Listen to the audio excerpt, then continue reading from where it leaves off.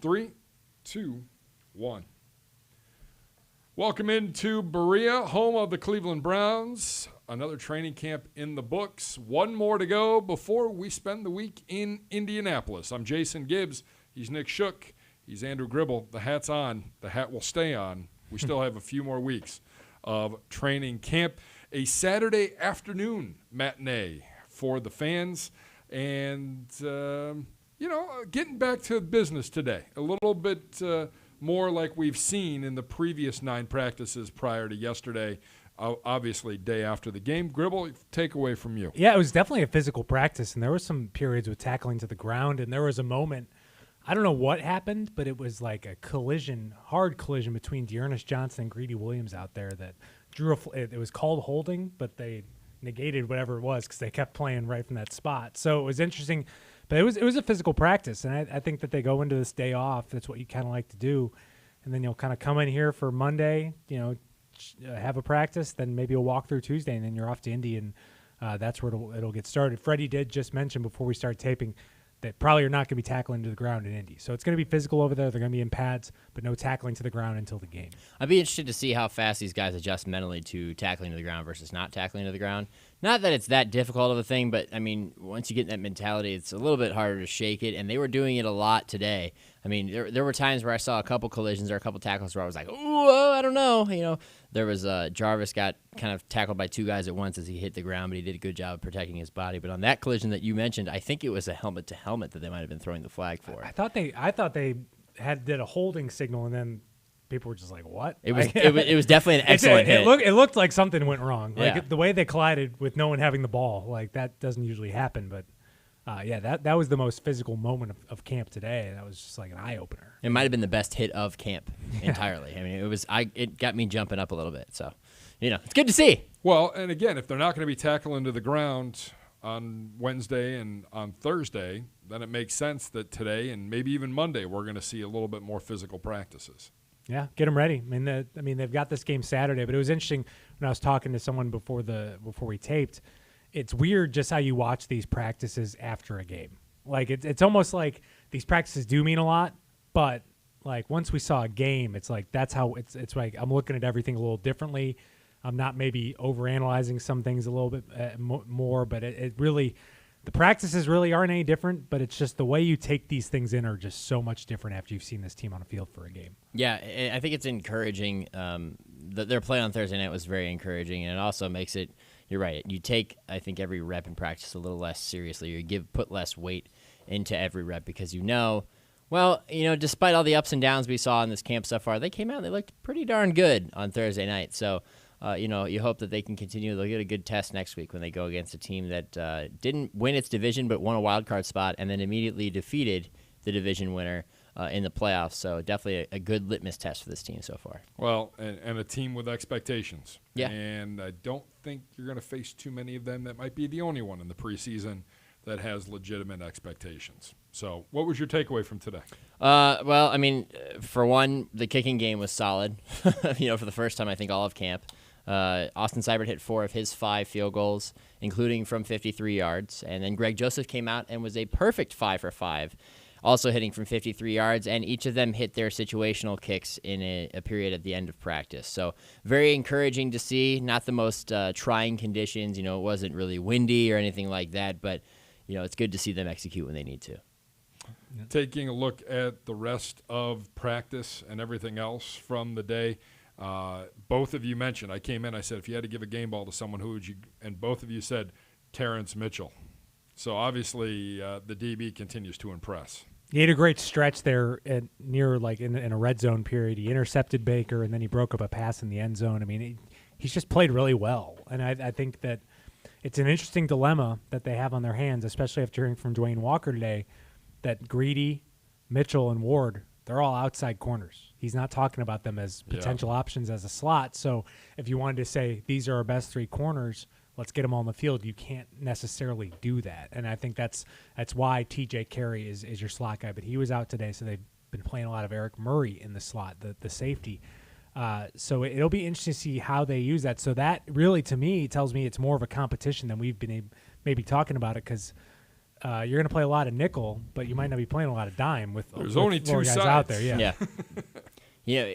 We can sound like a broken record, but he's been all over the field. I mean, he's just flying all over the field, making play after play after play. It seems as though whenever there's a contested catch, it's usually number 39 breaking it up. So that's been good. But, yeah, it's really intriguing. I think it adds intrigue to how the safeties and the cornerbacks, in terms of roster construction, how many will be kept in each position group. Because if you have 3 starting caliber outside corners, then you have to account for your inside corner. And then if you're going to move a guy like Eric Murray down into that, well, then you become a little bit more fluid and interchangeable. So how many guys do they keep total and how many from each position group, we'll have to wait and see. But it's something that we should continue to monitor for sure. You mentioned the 3 outside corners. You mentioned what Dwayne Walker said today. Was there anything he talked today? Ryan Lindley, the quarterback coach, obviously a very popular person when he comes to the podium, had an extensive conversation with the media today. Anything that stood out from either one of those guys outside of the DB? I would say Ryan Lindley was effusive in his praise for Baker Mayfield, but it wasn't like contrived or something that he just did because the media was there. It was in response to a lot of questions about him, but he wasn't just praising Baker, he was also praising really the entire quarterback room. And the way he talked about it kind of made sense. He said he feels like he's lucky with the room that he has. He's got a lot of really smart players who pick up the system and are at a near mastery level. He said Garrett Gilbert is at a near mastery level of this system, which I thought was really interesting. And he also mentioned how, Garrett may not have a lot of service time in terms of games played, but he's been around this league a little bit. So he's got some experience and brings value as the third quarterback. And he also said, he relates to his own journey because he kind of bounced around the league too before he turned to coaching. So it was an interesting look inside that room because, you look at the quarterback position, you just think of 6, and then you don't think of anything really beyond Baker Mayfield. But, there is Drew Stanton, there's Garrett Gilbert, and there's David Blau. And Blau had a really nice game Thursday night for the most part. So, a nice look at the guy who's in charge of them and where they might be headed and how this might shake out. Gribbs? Yeah, I mean, it's just I'll go back to Walker, and a lot of it came up with Greedy Williams, and it's focused on his physicality. And I thought he represented himself very well in that game Thursday from a physical standpoint, and he has shown it on the practice field today. He's mixing it up a lot, and I think he looks bigger than he was when he got here. And this all comes back to, I think he was asked the question, be like, well, why didn't he do it in college? I mean, did you ask him about this? And they say they really haven't talked to him much about it, but it's one of those things where they might have been watching Greedy make some business decisions in college, and they know once they get him here, this is what you were doing that for. You have to now reprove yourself. And I think it's given him a chip on his shoulder because, like it or not, that physicality or lack of physicality cost him a lot of money. And I think that's what's going to be driving him moving forward. As far from a cornerback standpoint, I'm not saying he's out there lighting people up, but I've watched him and have had no issues with anything from a physical standpoint. I think Dwayne Walker echoed that. Yeah, the whole tackling thing, I think we could put that to bed. Yeah, I mean, there's not. He just looks like a corner. Like it doesn't look like a corner that can't tackle. He just looks like a corner. And he's not afraid to get his nose in there. I mean, I think that's the greatest indicator of, well, why can't you tackle? Are you afraid to hit? That guy's not afraid to hit. Definitely not. No, got right in there. Switching back to the offense, Kareem Hunt getting a few more carries, working him up, and one has to wonder if we might see him a week from today on the football field against the Indianapolis Colts. Yeah, Freddie was asked about that after practice today, and it sounds like it's trending in that direction, but the way Freddie is, he's not committing to anyone with playing time at this point in the week. I mean, they still got a long few days to go. I will shift gears. If I was going to add another game ball out there, a running back who I thought had a really good day, had a huge run, is Trayon Gray. And I think that he is someone, not saying he has a great chance of making the 53, but he's moved one spot closer. And if you're looking for someone who is more of a between the tackles runner and needing one of those, he's maybe one of the only guys on the roster because the other guys fit more the category of the pass-catching, scat-back type. So this is a big guy who almost looks like a fullback out there. But when he broke out for a huge run today, he looked just like a running back to me. He looked pretty good in that 4th preseason game, too. 6'1", 233, came on the field, and today, same thing. Showed you something that made you just go, wasn't expecting that. Yeah. And pretty impressive. Yeah, his carry up the middle was a classic, power style run. He didn't have a lead blocker there, but right up, right off the guard and right up through the middle of the field, and basically had one man to beat and made him miss, and then just outran the remainders to the end zone. So it's something that could add some balance to your backfield. It'll be interesting to see where he lands with this group. But he was hurt. We didn't see him for about a week, and he came back. A couple days before that preseason game, was able to get some time, and we could anticipate some more time, especially if Kareem doesn't play in the second preseason game. I'm sure we'll see Traylon Gray get a few carries in that game. Offensive line update? Solid day. Eric Kush is the starting right guard. I mean, that's pretty much what we're looking at right now. And overall, the unit as a whole has played better. They were able to create some holes for running backs today. Nick Chubb had a nice run. Gray had that nice run. And they protected well for the most part. But it's, again, it's not as easy to judge as it is in a game because they've been going against a lot of these guys for a long time now, and this is also a very good defensive line. But so far, I've seen nothing that has really made me concerned with the first two groups. And Austin Corbett, again, looking comfortable at center. More and more. Yeah. That position might seem to make a lot more sense.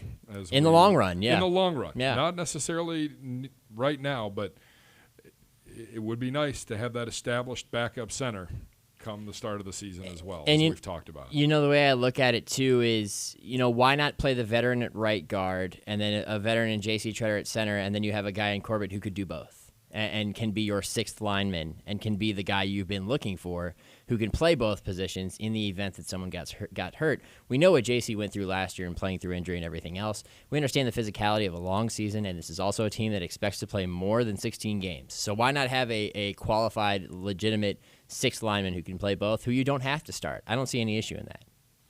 On the offensive side of the football, Jalen Strong got the curse of the best podcast available. He came on, promptly proceeded to drop a few passes today. Didn't have a great day.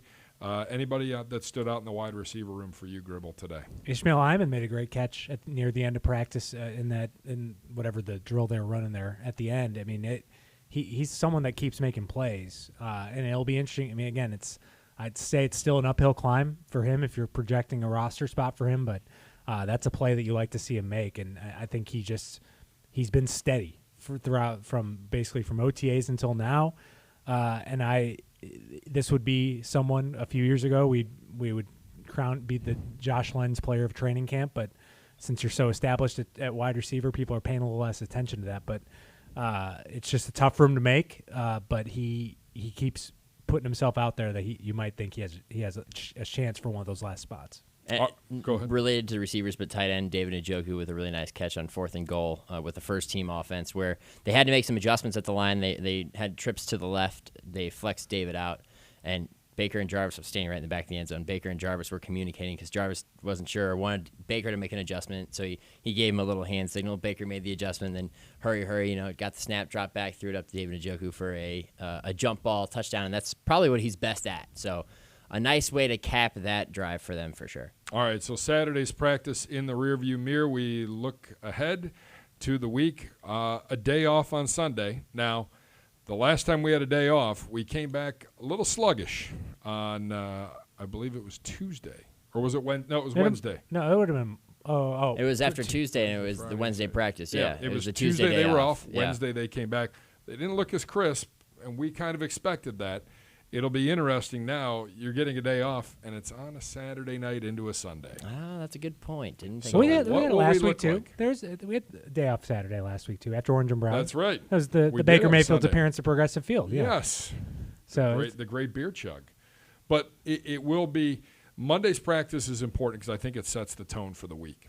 Oh, as yeah, to especially how things are going to go here. Yeah, especially because you're going to hit the road the next day. You're going to get on the plane and fly to Indianapolis, and then guess what? You've got some guys who are not wearing brown and orange. They're wearing blue and white, and they were pretty good last year. So you should be prepared for, some battles for those 2 days, and it'll be interesting to see how this team performs against them, and also if they keep their composure in trying times. Because more often than not, in a lot of joint practices, you end up seeing some fights happen. And I know that this team is very disciplined, or at least appears to be very disciplined under Freddie Kitchens. So it'll be a nice test to see how they handle another team that should be up to their standard, and will be an overall good judgment of where they are. it's going to be interesting to watch. We'll probably be following this a little bit, but it's not trending well for seeing Andrew Luck in action over there. He's not practiced in a while.